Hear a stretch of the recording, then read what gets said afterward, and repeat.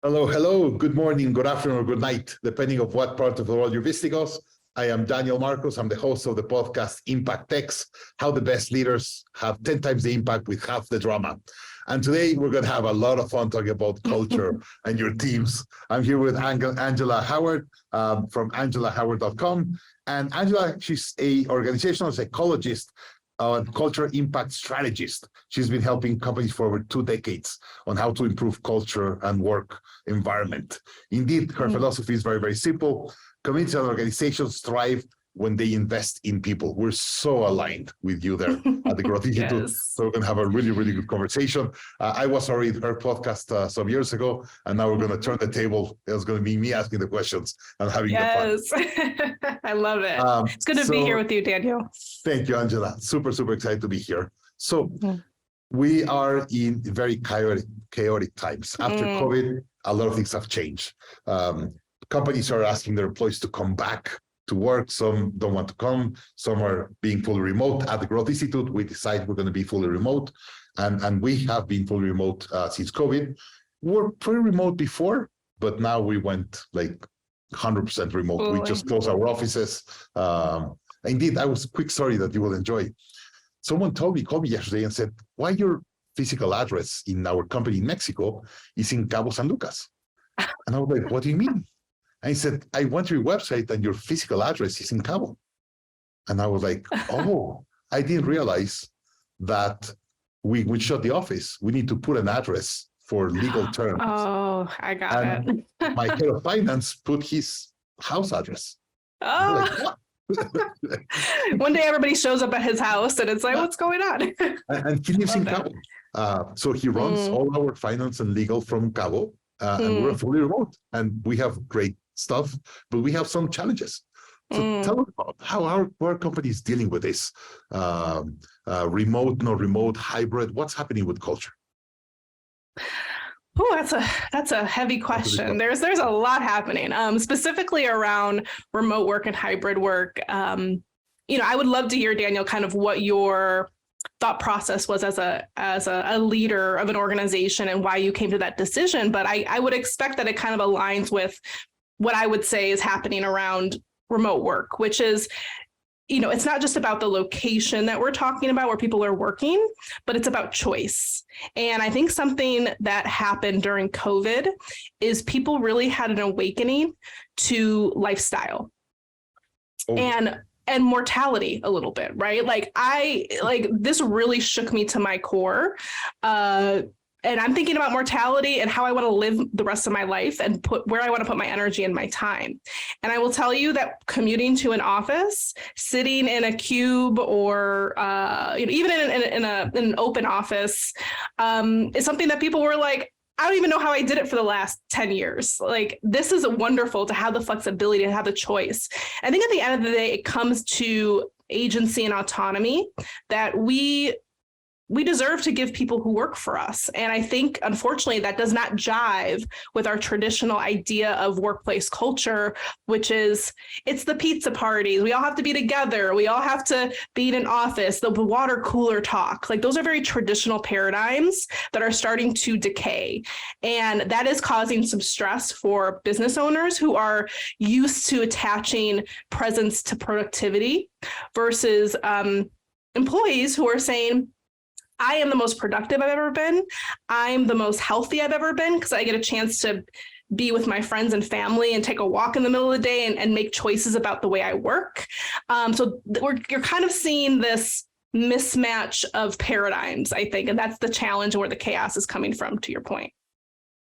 And I think, yes, it was an introspection of what kind of life we want. And we saw death close. We all had family members that got COVID. Some came back strong, some did not. Yes. But yes, it obligated us to kind of reanalyze our life. And no one wants to be stuck in a car for an hour or 2 hours a day commuting. It's like, No one's happy about that. Yes. And I think it's about intention, right? I think what employees are not saying, I never want to come or see you in person. Like, I know you're about to just meet with your team to have a fantastic bonding and strategy opportunity to bring inclusive voices together to start to map out your strategy for 2023. That's an intentional gathering, right? Where you have a goal. People feel energized to commute or to travel to the event that you're putting together. You've put thought and intention around the experience. People are okay with that. People are not okay with coming into an office and being on Zoom calls all day, because I could have done that from home. People are not okay with just showing up to an office so that an executive can be appeased by your presence and know that your butt is in a seat and you're doing work. Like, those are the things people are not okay with. And that's why you're seeing this kind of uprising, I think, with employees in the workforce. So internally, we decided that we need to see each other. And working with someone that you've never seen or you've never hugged or have a cup of coffee and a laugh, I think it's important. Absolutely. So we said, we're going to do at least one trip a year, all the company together. So today I'm in Mexico City, and we're going to drive 2 hours to a retreat place here close to Mexico City. And I flew over 30 of my team members. They're coming from Portugal, from Spain, from Colombia, from El Salvador, from Guatemala, from several places of Mexico, in the US, New York, Philly, Texas, and we're all coming to Mexico City, and we're going to go to this retreat place that we rented these Airbnbs, and we're going to spend 3 or 4 days just having fun, doing a lot of learning, a lot of working together. And we're going to have some team bonding activities. We're going to have a regatta that we're going to challenge each other, sailing and stuff. And people are really, really looking forward to it. It's last year we went to the beach. We went to Cancun and the Riviera Maya and spent 5 days together. And hey, it cost me probably 3 or 4 months of rent that I used to spend in the past. So I'm more than happy to invest that money. And we said we're not going to spend a year without seeing each other. Right. And we have a lot of team members that I've never met. I've never seen physically. So it's going to be important that we meet and we have fun and we talk about personal life and all these kind of things. But let me go back to something you said that I think it's been the biggest issue.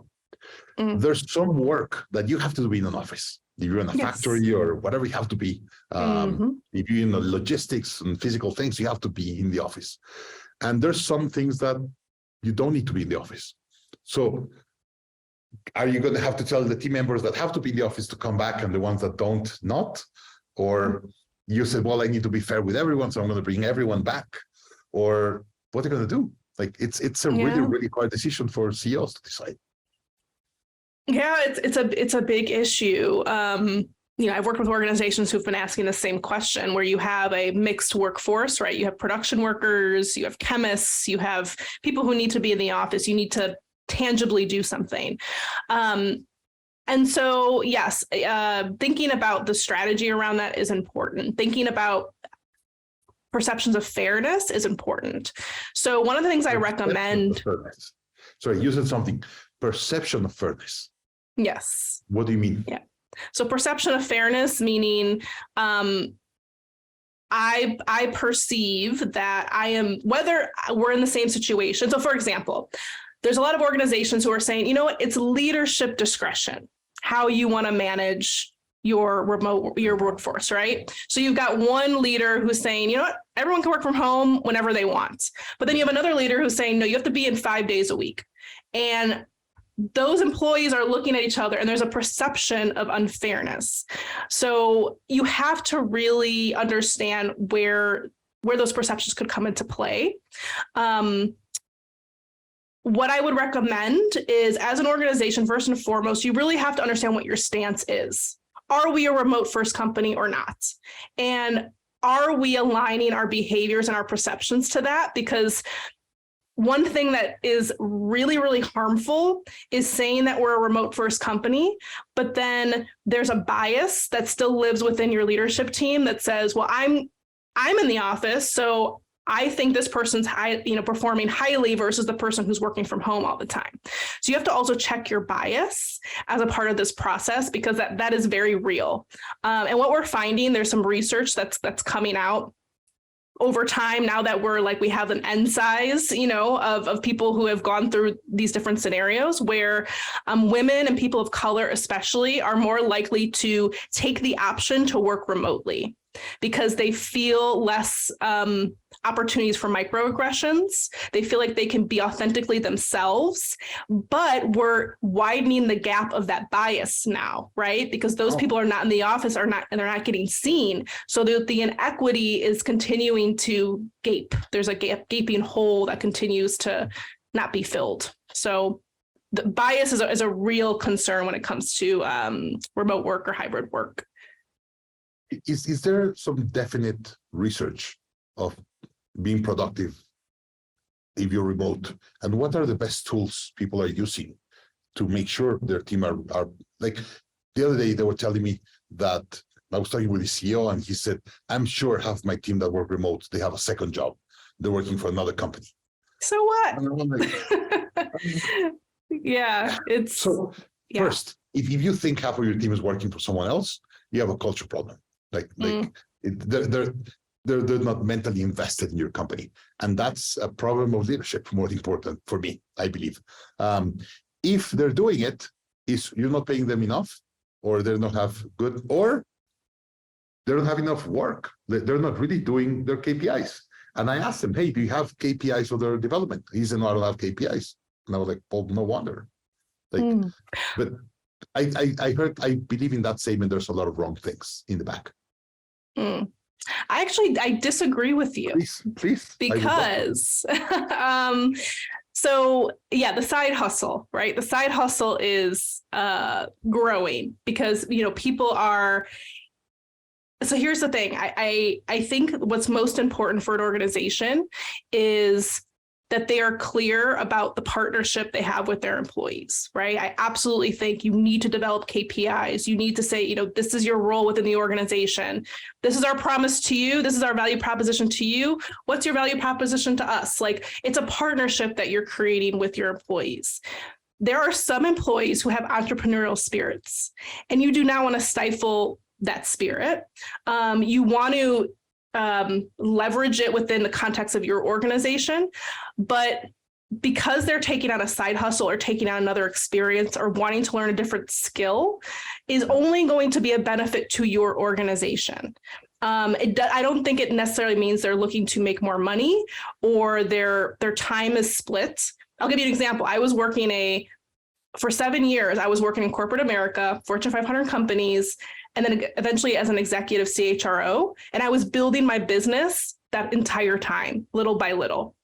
And I was very clear with every employer I worked with that this was my ultimate goal. But I want to provide a contribution to this. I'm not going to be here 10 years. I'll maybe be here 2 or 3 years, but I am going to change your organization. I'm going to transform it. But I'm going to be open and honest about this other thing that's ultimately my goal. And so I think, okay with it. And they were okay with it. Okay. And you provided the value that you said you're going to provide with the compensation you were saying you're going to provide. Exactly. So I think that setup is okay.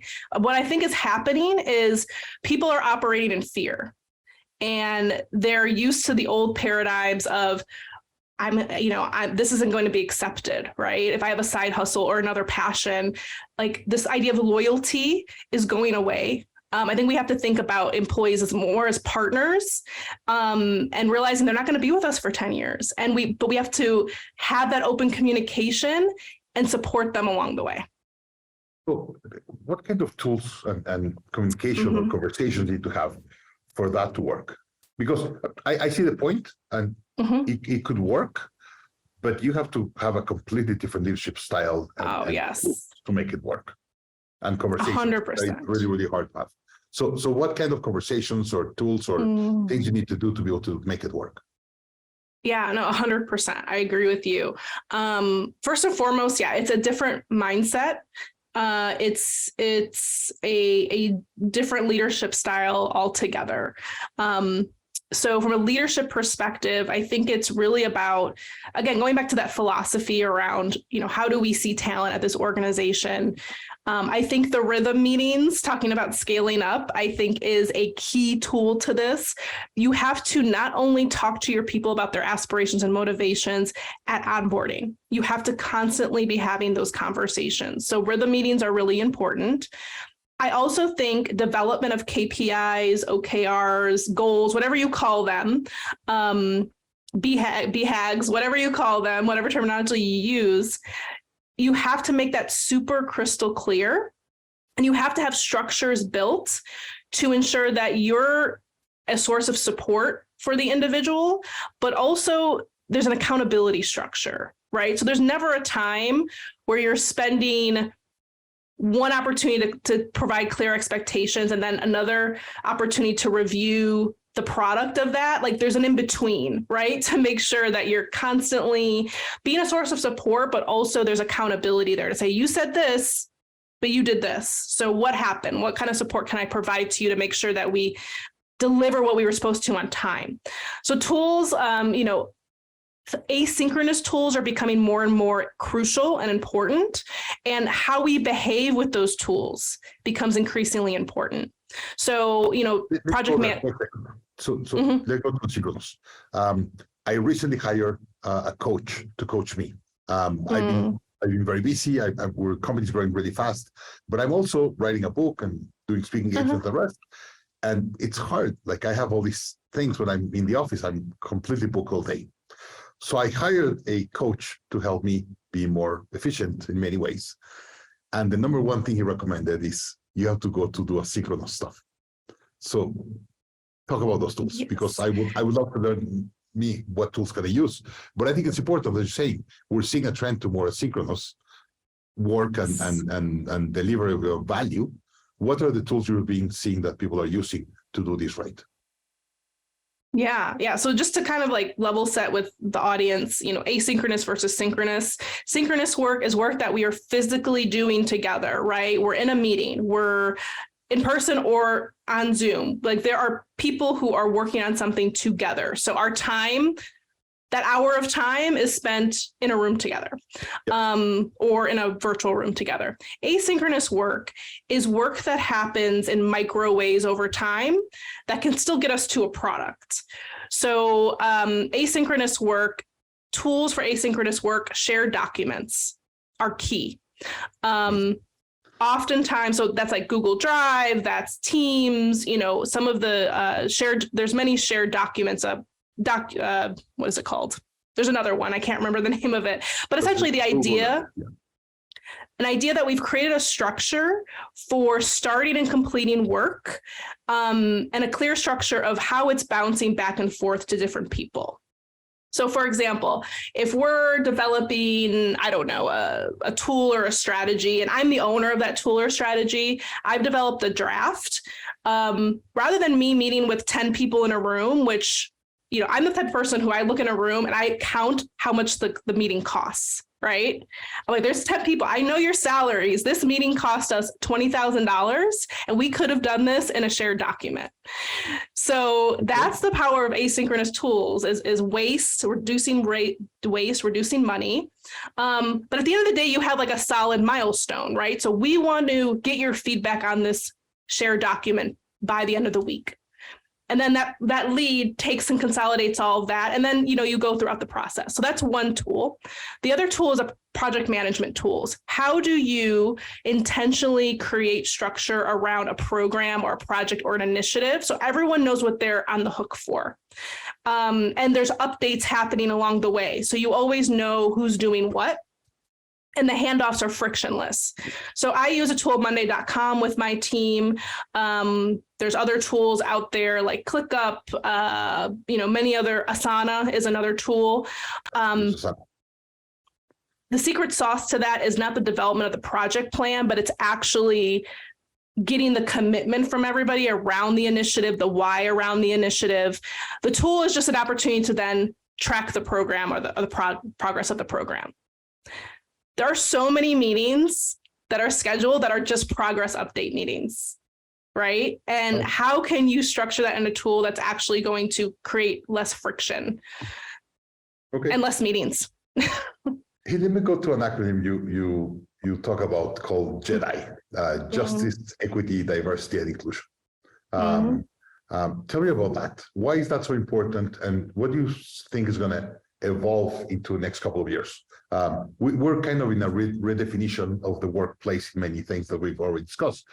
But regarding justice, equity, diversity, and inclusion, how do you think that's going to evolve in the next years, and how we should prepare our organization to be more open to that? Yeah, so I think what we're seeing is a huge movement around social responsibility at work. And so the philosophy is moving from I'm a business to make money and profit to I'm a platform that can have a positive impact on society, on the people that I employ, on the communities where I live and where we operate. I have a responsibility as a business to give back, essentially, to contribute to some of the issues we have within our society, right? And that includes things like inequities, inequality, lack of justice for purposely underrepresented groups over time and in history. So it is a different mindset that is now becoming an expectation for employers.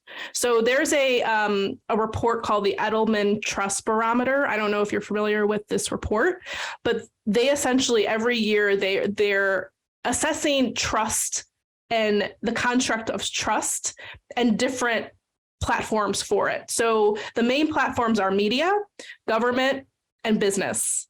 And what we're seeing is business is starting to become the leading source of information, of kind of where I get my information, which is a little scary for employers, right? Because it's like, I don't even know how to navigate that. In the past, it's been media and government, and those things are becoming less and less predictable. As you know, there's a lot of sources of information. So people are looking to business for that anchor. And so that puts a lot more responsibility on organizations to talk about systems and justice, and how are we thinking about that within our systems of control, right? Because we have this organization and we're employing these people who then go back into their communities, into society. There's this ripple effect that happens.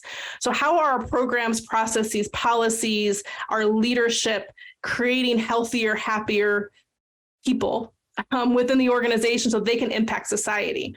And so that's really what JEDI is about. It's not just about creating a diversity program or saying we want more diversity.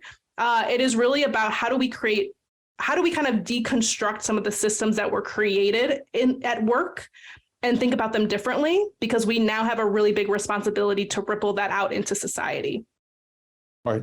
So I value that, and by the way, I've had the issues in the company. We've had conversations in the past about Black Lives Matter and all of these other things, and they've asked me to say something, and I'm like, it's not my job to say something. I'm just a CEO, one human being on one citizen. And they said, no, we have to have a stand in, and then some people on my team was asking me to have one stand, and the other people on my team was asking me to ask a different stand. So it's really hard as a leader that now they're expecting you to put a stand, and you're expecting to put a stand and make everyone happy. It's not easy to be on the position. So you said earlier you have to put a stand and define who you are. And that will define also the kind of team members that you attract to your company. But reality is, I believe we're diversity. That's what makes societies great. So I don't want to just hire people that think like me. Like, I'm very thankful that you said I disagree with you 10 minutes ago. You gave me yours. I love it. That's what I need in my team. If I didn't have that, I didn't have a team. Like, I don't want yes men to do everything that I say. So what do you do in this? Like, if you set a stand in all these social issues, you're going to make some of your team members unhappy and they're not going to feel identified. How do you react to that? Yeah, it's I mean, this is the importance of culture within organizations and really defining who you are, what your values are. I know you're very familiar with, that process, right? Defining a mission, a purpose, your values. You need to have the open conversations within your organization. You need to have the dissenting views. And you have to do that consciously, right? So I think I just actually had a podcast episode that's going to launch next week about conscious communicators and how do we, at the end of the day, we do have to take a stand, right? Do Black Lives Matter? I mean, that's like, it's a very simple concept. Now, the rhetoric behind it, right, is different. The political part of it is different. People will bring different perspectives, but do you believe diversity is important? Do you believe there's value in diversity within your organization? Do you believe that we should be an anti-racist organization? Like, those are the stands that people are looking for you to take. Do you believe women should have a choice? Like these are really big issues.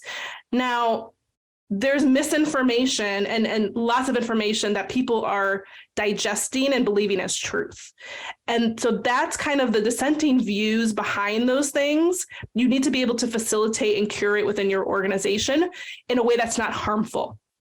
But if you say, you know what, we believe that we are an anti-racist organization and we believe in injustice, and this is what that looks like for us, and somebody says, well, I don't believe in that, I think that's bullshit, then you're kind of a mismatch there when it comes to values, right?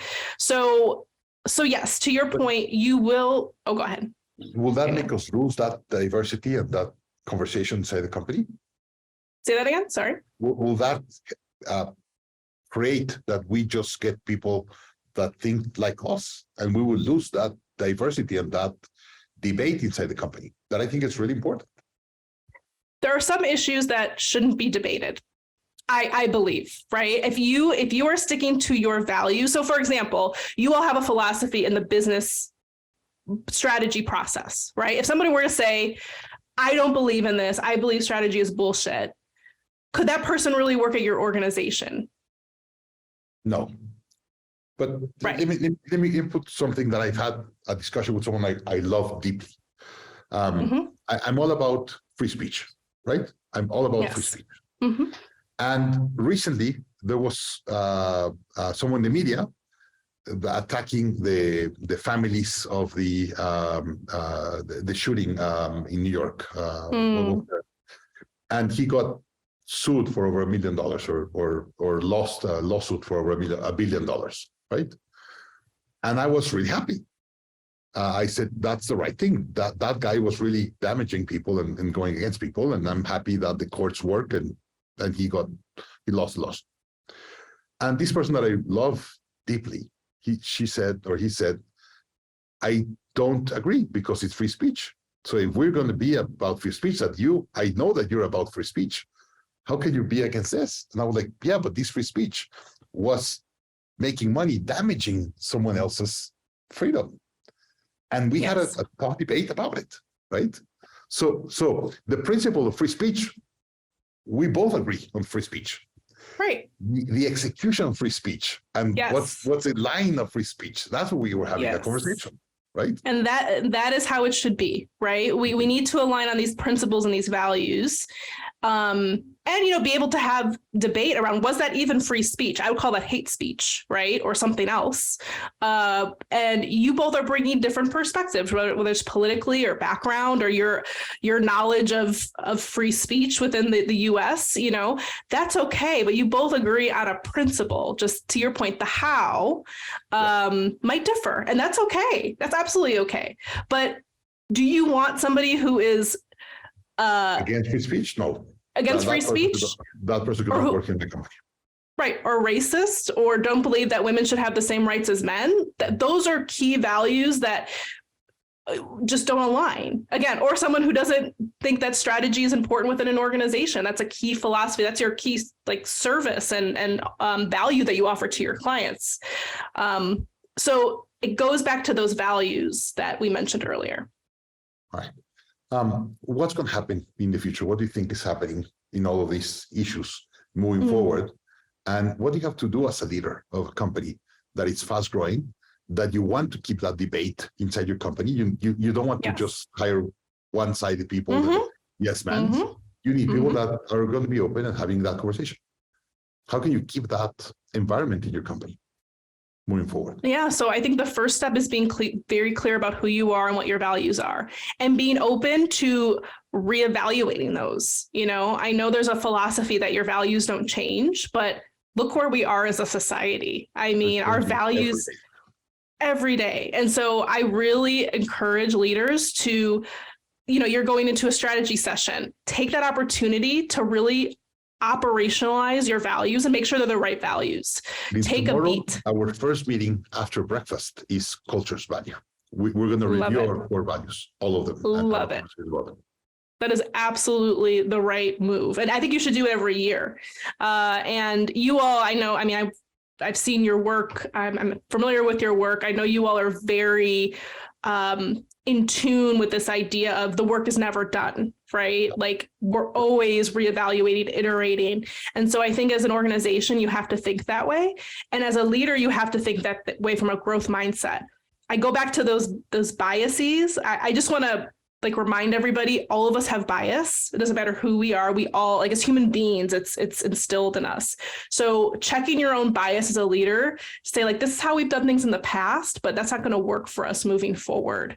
Because I do think the organizations who cannot get into a growth mindset or realize that they have a responsibility in defining their stance and their values are going to have a really hard time attracting talent, and potentially surviving. I think the pendulum is shifting drastically. You're seeing Gen Z, that generation. I'm a millennial, so like nobody's talking about us anymore. They're all talking about Gen Zs, and they are a different beast in all the right ways. I believe I like to think millennials kind of set the stage, but they are just like, they're holding people accountable. They're asking the right questions. They are expecting responsibility from the organization. So you have to figure out what that means for your organization and how you're going to shift. Interesting. Just last thing. The other day, we had a webinar. We do a lot of webinars and we do a lot of live sessions. And I was having two guests, and both of them were older, white male. So we sent a promotion. And when you landed on the webinar page, the registration, there was a picture of the three of us. And this lady emailed me back with a very aggressive message, bad words and everything. And she said, I'm sorry, I just cannot attend a webinar with three white old men. And I said, I'm sorry that you think that. I'm sorry you're putting that in front of your learning. Let me just clarify, I'm Mexican originally. I'm not, I'm Spanish, if you want to call it, but, and I don't think that I'm that old, but fine. But I think that if that's more important that you're learning, I think we have a problem, right? We're all about learning and we need to learn about everyone. So I would not disregard the learning from someone just because of who they are. And she said, I continue to agree, I'm not going to attend your webinar. And I said, fine, you have the right not to come. But I would think that I learn from everyone. Gen Z is like, I have a lot of conversation with Gen Z and millennials because I want to learn why they think what they're thinking, and they're going to change a lot of perspective on the way we do things in the world. So I think we're blocking our learning and our development just because we're thinking different ways. I don't want that to happen in my organization. Yeah. I'd be curious what the topic was. What was the topic? It was about open book management, how to do open book management with your team. So it was all about like be open, right? Get all the books and everything, so everyone will understand the numbers of the company. That was the conversation. Well, it's so I think what people are looking for is representation of voices and perspectives. In the world of business, if you were to Google leadership books or business books, you would see a lot of the same. It would be a homogeneous list of people. You'd see older white men. There's a very small percentage of women and women of color, especially people of color, who are represented in this world. in the business world. You can't imagine how many hours we have dedicated to that at the Growth Institute, because we know we're skewed of having, sorry to say, white old men as our faculty. You can't imagine how many hours we've spent because we want to work with the leader of the category, and it's been really hard. Yeah, and it's just reality. And we're actively looking for faculty that we could help grow. And by the way, we see that as part of our job. How can we help diversity or people, color, women, whoever, become the thought leaders of the future? It's exactly. Yeah, that's and that is the goal. You know, we need to, because we, you know, I'm saying we because I'm representing here women of color, Black women especially. I'm multicultural, so we have been underrepresented. The same voices have been recycled because they support a mainstream view of things like leadership in business. There are people like me who are, I'll call emerging thought leaders, who may never even make it to thought leadership because how we think or our perspectives or our background is counter to mainstream. But I think we're moving towards this view of we have to get those diverse perspectives into the conversation. So when people see a webinar with lack of representation, they may roll their eyes and say, well, these people aren't going to be talking to me in a way that's going to be valuable to me because I have a different perspective or view. So the delivery of how that person presented that to you, maybe not the best, but I can understand where that person's coming from. I think we're talking about women reproduction or all these kind of things, like social things. Yeah, 100%, right? You could not have 3 old white men talking. I think that's a big problem. We're talking about a company, and they were sharing their experience, and both of the leaders of the company were older white men. That was, and I'm the owner of my company. I'm the CEO, and it was my job to interview them. So it's just hard. I think we're having very tough conversations. And as an example, this has not been an easy podcast to have a conversation. We have a very different point of view. We've been agreeing and disagreeing on some things, and I appreciate that. And I thank you for being here and having that conversation. But these are the kind of conversations we're having inside our boardrooms. Yes. And that is it's so important because, to your point, we're seeing a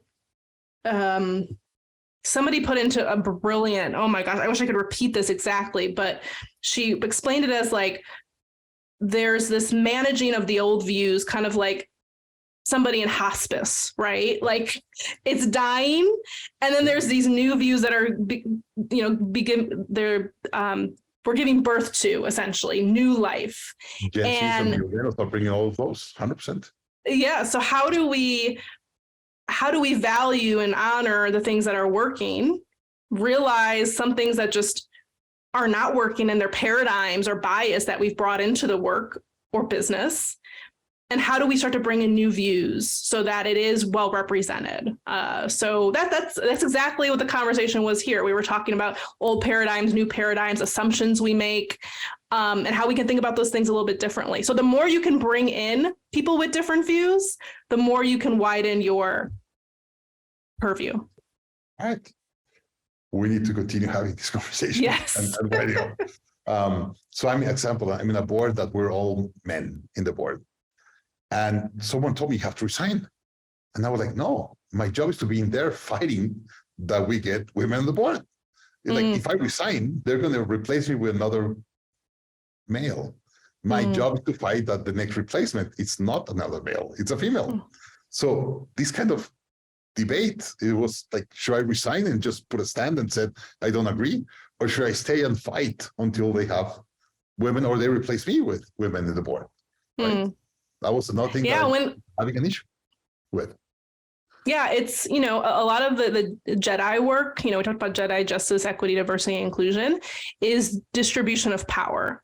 So what we're finding is there's a lot of people at the top in boards in leadership positions who are not willing to distribute their power. Now you're an ally, right? So you're working for the cause, but But it's a good question for people who are listening, which is, are you distributing your power, your privilege, your position? And sometimes that does mean stepping down and saying, I'm going to create room because I've added value here and I can continue to add value. The idea is not to like stifle the value you're creating, but how are you distributing your power? And that's a much harder conversation to have for people in power. Our conversation to have. Mm-hmm. All right. Angela, as always, thank you very much. Thank you. And thank you for doing what you do. I think it's important. I think it's not easy. I think we're finding a lot of fights inside the boards and inside companies, but hey, yes, that's what it's going to make it great, that we continue to have these conversations and we are able to understand what's coming with next generations and define the new rules. I love it. And I love talking to you, Daniel. I love this conversation and I appreciate your perspective. This has been great. Thanks for having me. Thank you. I'm very happy that you're here and don't be a stranger. We need to continue doing more things together. Yes. Invite me to your next trip to your retreat. I would gladly come and just pretend I'm part of the team. We'll do a session with you. You'll be our Jedi. Perfect. I would love that. Angela, thank you for everything. Really appreciate it. Thanks, Daniel. Bye. By the way, sorry, last thing, where they can continue with you? Social media, your page, where can they follow? Yeah, absolutely. You all can reach me at angelarhoward.com. And also I'm on LinkedIn under Angela R. Howard Consulting. So would love to connect with anyone who's interested and consider me a resource. That's awesome. Thank you, Angela. Thanks, Daniel. Bye.